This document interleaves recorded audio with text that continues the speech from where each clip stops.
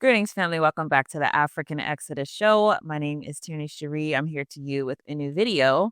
Before we get started with today's show, as a reminder to you, if you desire to be connected with this channel outside of YouTube, best way to do that is to add yourself to my Telegram app. There, I post anytime that I upload a new video or if there's anything I need to share. That's the place where I will commonly share it. In addition, if you feel led to support this channel, you can do so a few ways. One, you could do so through Cashapp, also through PayPal. The PayPal link is in the description. And also, you can add yourself to Patreon. On there, I also post all the materials that you will see inside of presentations on this channel. That way, you can also do your own studies whenever you have your own time. So today, we're going to talk about a big subject, and we're going to do this into small segments. The big subject being the idea that inside of the faith, the body of Yahusha, or who some people call Jesus, essentially that we are not under the law, or the law is not a part or a component of this faith system that we are subscribed to. So there's so many different iterations of these beliefs that you will see all throughout Christianity. And I've been feeling led for months now, really, to go into this and to break down it into smaller segments. Now, I do have a playlist on this channel called the Law Series. Definitely encourage you, if you want longer videos, you can go to that playlist. But like I said, there's smaller elements that I feel like it's important that we deal with.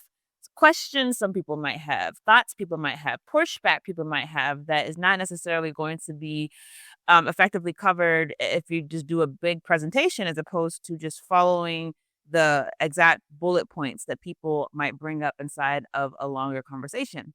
But first, I want us to go back to a central character whenever you're talking about the idea that the law is done away with or that we're not under any type of law inside of the new covenant.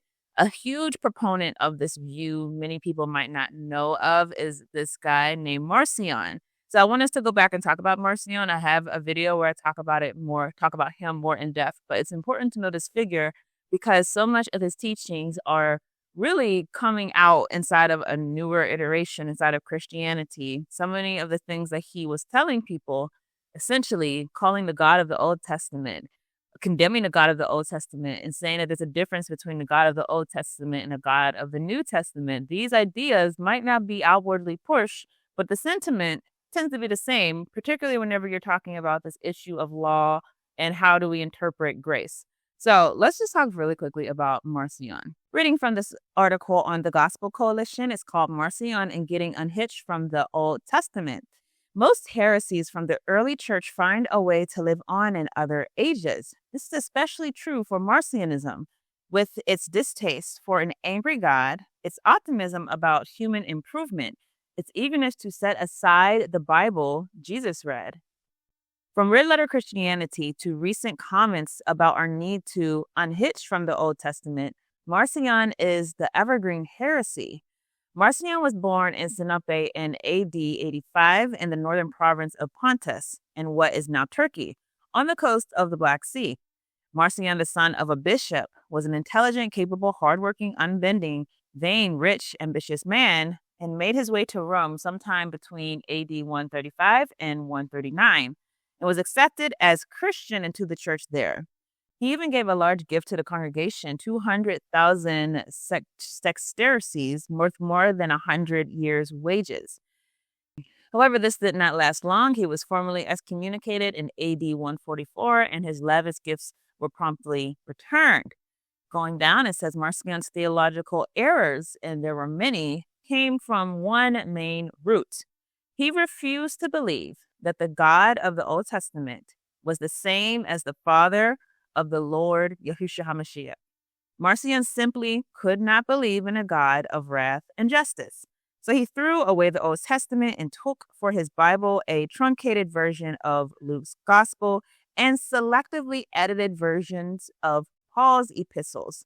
When all the cutting and pasting was finished, Marcion had the Christianity he wanted, a God of goodness and nothing else, a message of inspiring moral uplift, a Bible that does away with the uncomfortable bits about God's wrath and hell. For him, there was a fundamental contradiction between law and love, righteousness and grace. Marcion thought that true Christianity was flawed by the incapabilities at the heart of its teaching.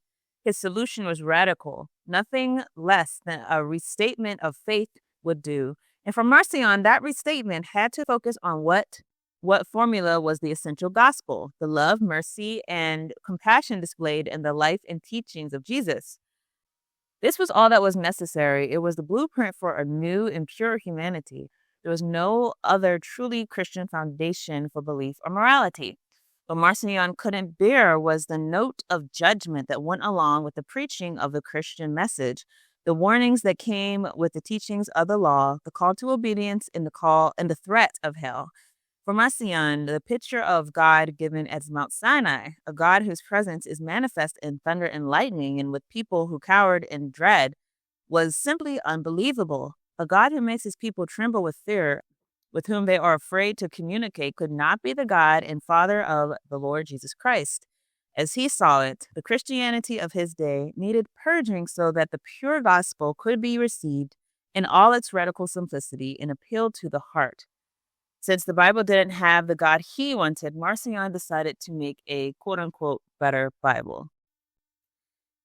Now, it's important to understand that even in mainstream Christianity, Marcion is not embraced. He is very much conclusively treated as a heretic. People don't accept him, particularly because, again, he literally sliced and diced the Bible and said, that whole Old Testament, we're going to just forget about it, and we're only going to use certain parts of the book of Luke, and we're going to take certain parts of the epistles of Paul, and that will be our new Bible. So that's something that even mainstream Christianity finds very extreme. So he is across the board seen as a heretic, and rightfully so.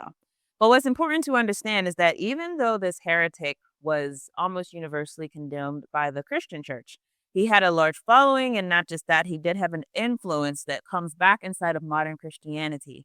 So again, if you want to know more about that, definitely watch the video that I did on Marcion. But I want you to read or listen to this quote that I'm about to read to understand the current implications of this false teacher, this false doctrine that gets put out there by this man inside of the modern iterations of Christianity. So this is from Edward Andrews from Christian Publishing House. It says, how did Marcion's apostasy influence early Christianity, and what were its long-term consequences? Quote, the legacy of Marcion can be seen in the ongoing tension between law and grace in Christian theology. Marcion's radical emphasis on grace alone as the basis for salvation raised important questions about the role of the law in the life of the believer. While the early church rejected Marcion's dualism and affirmed the continuity between the Old and New Testaments, the tension between law and grace would continue to be a central theme in Christian theology, particularly in the writings of Paul and in debates of the Reformation. So as we're going back through the issues that come up inside of Christianity in regard to the law, always remember this guy Marcion, always remember his teachings, and understand that this whole concept that the God of the Old Testament is not the God of the New Testament is not something that disappeared after he was no longer active or after his followers even died out. There's a good argument to be made and lots of evidence, as I also present inside of the video I did on Marcion, that many of the people who have been proponents of the grace doctrine as we understand it actually were directly influenced by Marcion, his writings, his teachings, and thought that he had something right. They might not have agreed with the fullness of what he did. They might not have agreed with his slicing and dicing of the Old and New Testament or of the Bible. They might not have agreed with all of that. But many people have had the view that people had it wrong about him, that he was actually onto something, that there is something to be said about the God of the Old Testament, that there is something to be distinguished between Yahusha, who is the Messiah, and the true Elohim, Yahuwah. There's something that is to be distinguished between these two people, or these two figures. There's people who push this doctrine, and we have to be very careful and all times test all things whenever you're dealing with different doctrines and see if this fruit comes from the vine that comes from Yahusha or if it comes from the fruit of the vine of man.